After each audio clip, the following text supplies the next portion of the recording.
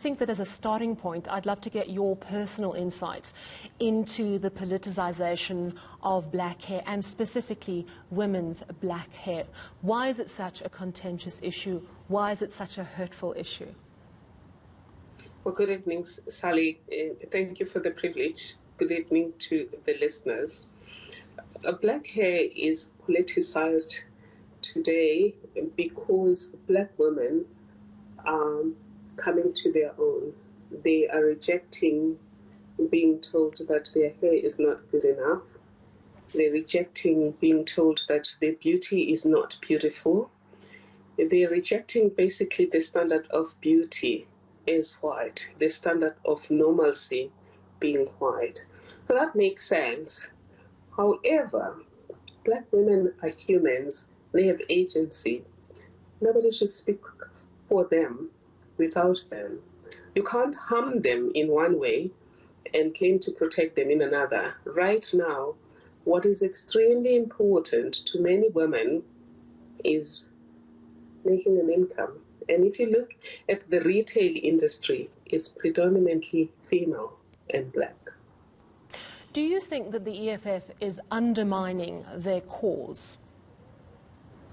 I think they are undermining their cause in some way, but it may well be that they are looking for a lifeline, and this is a lifeline. But they are undermining this cause, the cause of dealing with racism in South Africa. And this happened also with Fees Must Fall.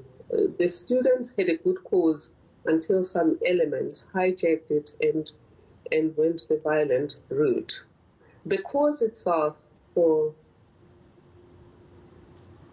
looking at racism globally, looking at what we call normal globally, is the right cause, and we need to engage about that. We cannot just continue, because it starts with hair, but it ends with who gets opportunities based on how we see merit packaged. It gets to color everything that happens in society, but it just starts with who do we presume to be deserving and competent, and who do we presume not to be.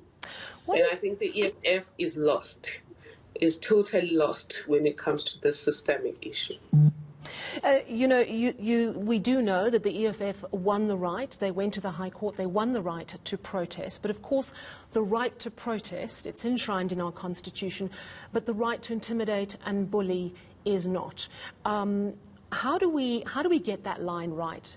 Because, as you say, it's a just cause. It's an important cause, and yet so often it's sidetracked. And I have to say that I was watching a lot of the videos, and in some cases you could see EFF members holding other people back, particularly in the incident with the ENCA reporter and camera person, holding some of their other members back from pushing. So it seems that there are different elements within the EFF, some who want to protest in a calm manner, and then others who will take that to the extreme. And I was thinking about Julius Malema's tweet when he said attack, and it reminded me a little of some of the things that President Donald Trump says, that most people will understand we need to address this issue, but it can be seen in a violent way. Do you think that that is a very damaging narrative to put out there? Absolutely. I do think a fascist extortion can't be just. And you say the EFF won the right to protest. I don't think in court they indicated that they were going to stop people from entering cliques. I would assume the court thought that they were going to picket and show people a message and encourage people not to use cliques.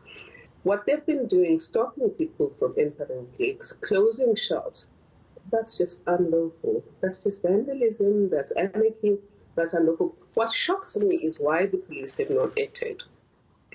Because the moment anybody is stopped from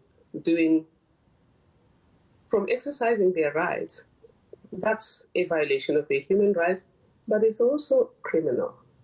And also saying attack, people may understand that message literally. What happens? Who then now pays for the shops that have been bombed? And what happens to the families that depend for their livelihoods from these shops. Is the EFF going to pay those families? Professor, I just want to ask you, you tweeted a little earlier today that the advert, in your view, is a textbook case of unconscious bias. I want to know what you mean by that, because I think some people would say that you're being a little too easy on what many people are calling a blatantly racist ad. I do understand. In fact, even when we did those 4 conversations on unconscious bias, people kept saying, call it what it is. It's racism, it's sexism, it's xenophobia. Whenever these things happen, we call it unconscious bias when a person shoots themselves in the foot, because you and me, Sally, should agree that Clicks is a trading company. It was not its intention to offend black people or to offend black women. Its intention was actually the opposite, to attract them to Clicks to buy. The reason it has offended us is because unconsciously it has assumed that what is abnormal is normal. All of those things about what is damaged hair, what is normal hair, what is good hair, what is bad hair, those abnormal things which, because we come from an abnormal past, they were normalized. And it's unconscious. Somebody wrote a book called The Alchemy of Race. When you normalize the abnormal when it comes to racism.